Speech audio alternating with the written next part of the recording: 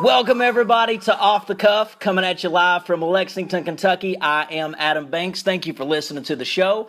College basketball is back in full swing, and many of you know that I love the Kentucky Wildcats and cover them from time to time on the show. The Cats are now 9-1 and are facing the Ohio State Buckeyes on Saturday, December the 19th at 3:30 on CBS. While we wait for the action, I wanted to bring on a guy who has been covering UK sports for years. On the show, I have Ryan Lemon. He is the co-host of Kentucky Sports Radio, which is the #1 listened to radio show in the state of Kentucky with over 30 affiliates. Ryan Lemon, thanks for taking the time out to do this show. How are you, sir? I am doing well. We've had Christmas shopping headache taken care of today, so I'm good now, ready to go. Awesome, man. Well, Ryan, I love hearing you on KSR, and I truly feel like part of the success of that show has had over the last couple of years is because of you. So could you take me back to how you became a part of Kentucky Sports Radio and how you became the official co-host? How did that all start for you? Well, it's kind of really, I just happened to be at the right place at the right time. I worked at Channel 18 in Lexington as a sports anchor for 12 years, but kind of got out of the business when my wife and I had kids. I just wanted to be a dad. You know, worked at the TV station. I just couldn't be a dad the way I wanted to with the hours. So I was really kind of out of the broadcasting media world. And Matt had started KSR in Louisville, and he had done it for about a year before I joined him. And he had Mark Krebs did Monday and Tuesday with him. And then he had a guy named Perrin Johnson did Wednesday, Thursday, and then Drew Franklin did Friday. Well, Mark Krebs he was sick or something. He couldn't come in one day. So Matt just called me to come and called me to fill in. So I just filled in one day. Well, then about a week later, Mark Krebs told Matt, listen, I need to quit the show. I'm taking a job and I'm moving to New Orleans. So Matt said, Ryan, can you do every Monday, Tuesday? I'm like, yeah, that's no big deal. And I'm not kidding you. It's probably a month later, Perrin Johnson said, man, I need to leave the show. My job's not letting me do it. So Matt asked me, can you do Monday through Thursday? I'm like, well, yeah. And then about another month later, he said, look, if you can, let's just do every day, be my permanent co-host Monday through Friday. So basically I came in and filled in one day and just never left. It's kind of how the story goes.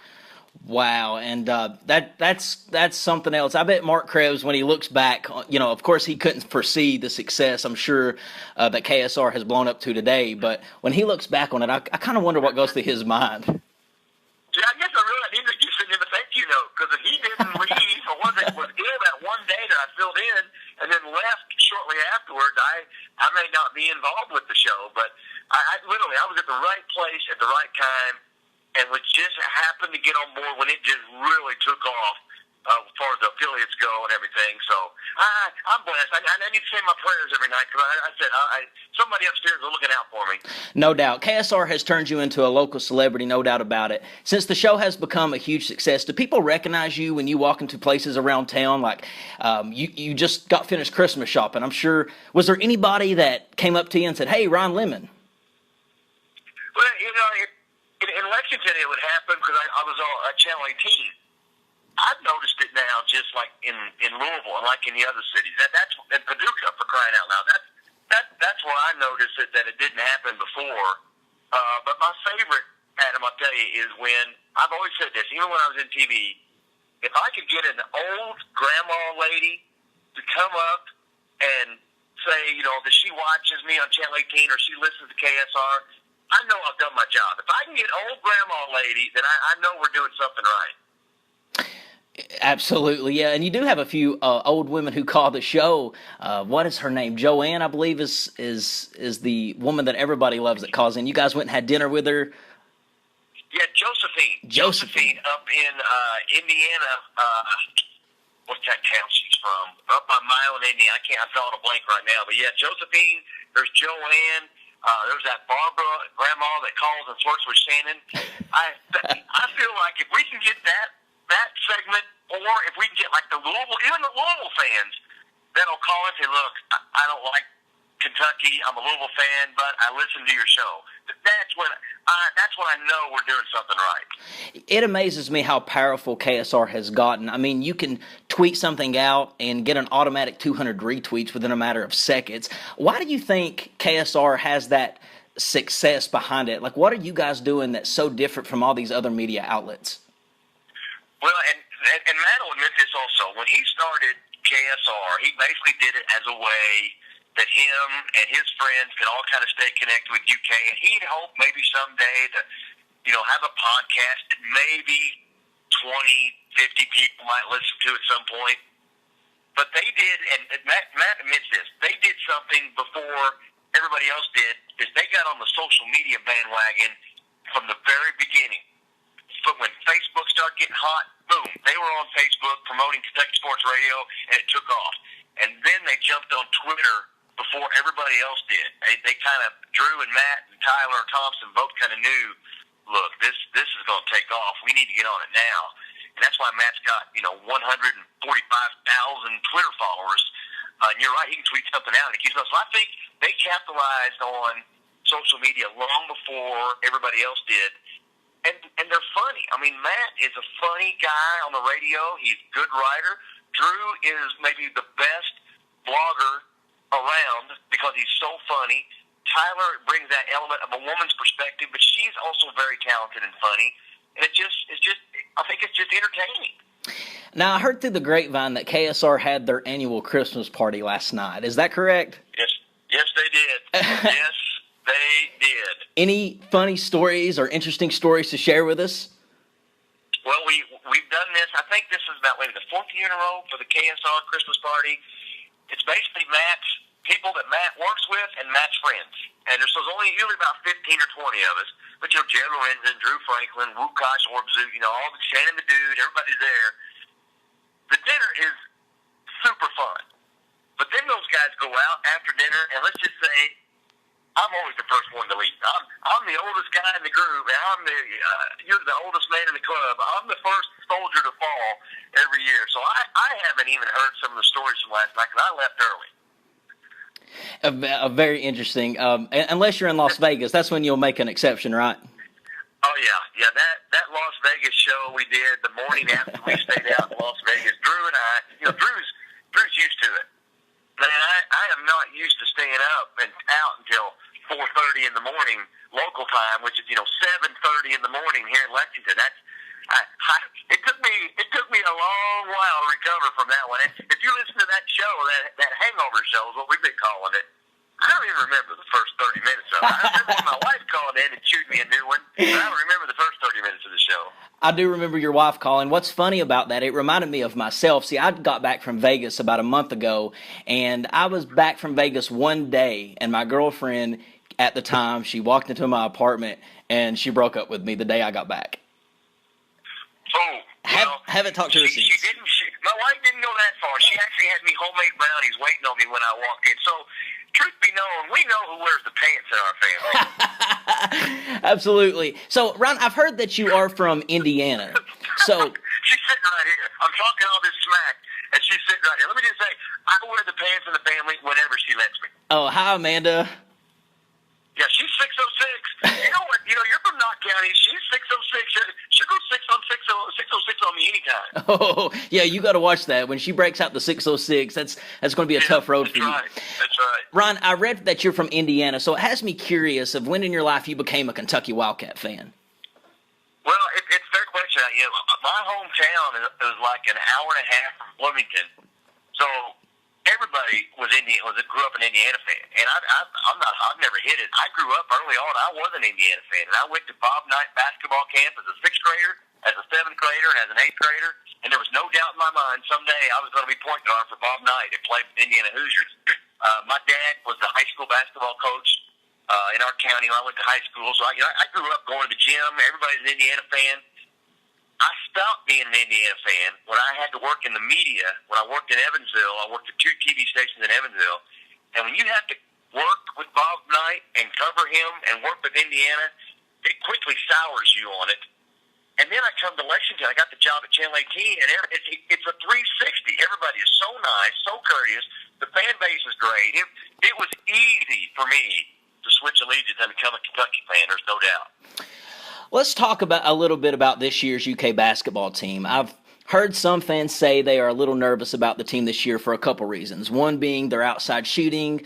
Another reason may be because they make silly freshman mistakes. I'm wondering, do you share any of those same concerns like other fans? A little bit. I'm a little concerned about the outside shooting because we've only got like 2.5 guys that maybe can shoot. Tyler Eulis can shoot. Jamal Murray can shoot. Isaiah Briscoe can't shoot. He's a driver. He's a slasher. You can't count on him. I think he hit a 3 yesterday. Alex Portis can hit you 1 or 2 threes a game. Derek Willis, 1 or 2 threes. So really, we've only got 2.5 guys that can hit the shot. And so Tyler and Jamal, if they're off, which they have been as of late, it does make you vulnerable. I think that'll come, though. I think those guys are good shooters, and I think it's going to come. What I worry about is the physicality of the team. Outside of Alex, that they don't have anybody really that can bring that to the table, because Scal obviously that's his number one bugaboo right now. So, I think it's a legitimate concern that not just fans have, that I have, though, with this basketball team. And realistically, how good do you think this team can get come March? I think they're still one of the top 5-6 teams in the country. I really believe that. They've got some guys that are super talented. I watched North Carolina last night get beat at Texas. North Carolina's most everybody considered them the best team in the country. They didn't really do anything that scared me. They got a couple big guys that could maybe scare us a little bit. Michigan State, I saw them when they played Louisville. It's kind of a weird year where the elite teams, in my mind, are just not super elite like last year. So, with that said, I think Kentucky can make a Final Four run. I would be shocked if they could win it this year, but I think they can make another run at a Final Four for sure. Ryan, Saturday we play Ohio State. How well do you think that team matches up with Kentucky? Actually, when the season started, when Matt and I made our predictions, I predicted this might be a loss for Kentucky, because I thought, from what I read and understood, that Ohio State was going to be pretty good this year. But now they've kind of come out, kind of underachieved a little bit, so I'm not as worried. I was more worried about the game yesterday against Arizona State after what I'd seen from them than I am about Ohio State. Ohio State, they'll try to ugly it up, and try to take advantage of some inside. Because that's where every team that plays Kentucky, they're going to look at Kentucky and say, okay, look, we have got to find a way to push Marcus Lee and Scal out of the lane. Be physical with them, kind of, rough them up a little bit. And I think that's what Ohio State will do again. But, man, if Alex plays the way that he came out playing last night, that kind of erases all that.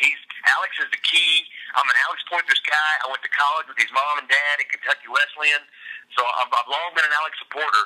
But we saw glimpses again yesterday why we call him Alex the Great, when he came here. Ryan, we know you from sports. We hear you every day on the radio talking about sports. Besides sports, what is it that Ryan Lemon likes to do in his own free time? Well, I love spoiling my wife, obviously. He asked, what do I enjoy doing outside of sports? I love being a husband and a dad. I really do. I gave up that job at Channel 18 so I could be a dad. My dad coached me. I told you, he was my high school basketball coach. My dad coached me from the time I could walk. And I wanted to coach my boys. I love going to their games. I couldn't be a dad the way I wanted to go. I wanted to go to every game, every practice. We love going on trips. We love traveling. We're going to Mexico next week for Christmas. I'm gonna miss it when my boys leave, because to me that's the greatest. I've always felt like, I'll just get preachy here for a second, Adam. Okay. I felt like our purpose in life is to be good Christians, but our legacy in life is to be good parents, and I enjoy every minute of it. Words of wisdom by Ryan Lemon. I love it, Ryan. Thank you so much. It means a lot for you to me for you to come on this show. It's been an honor to talk with you, and I really want to say thanks again. My pleasure. Anytime. You want to call back, we'll talk again sometime, and we'll figure out a way for you people from the 606 to calm your temper down once in a while. Absolutely. Well, ladies and gentlemen, Ryan Lemon. Thanks, Ryan. See you, Adam. And that was Ryan Lemon from Kentucky Sports Radio, just a stand-up guy. Well, ladies and gentlemen, the UK Wildcats tips off next Saturday at 3:30 to face the Ohio State Buckeyes from the Barclays Center in Brooklyn, New York. I am Adam Banks. You can follow me on Twitter at AdamBanks88. That is AdamBanks88. Or you could follow Ryan Lemon on Twitter at Ryan Lemon. As always, it's been a pleasure to do the show, and special thanks to Ryan Lemon. We'll see you guys in the next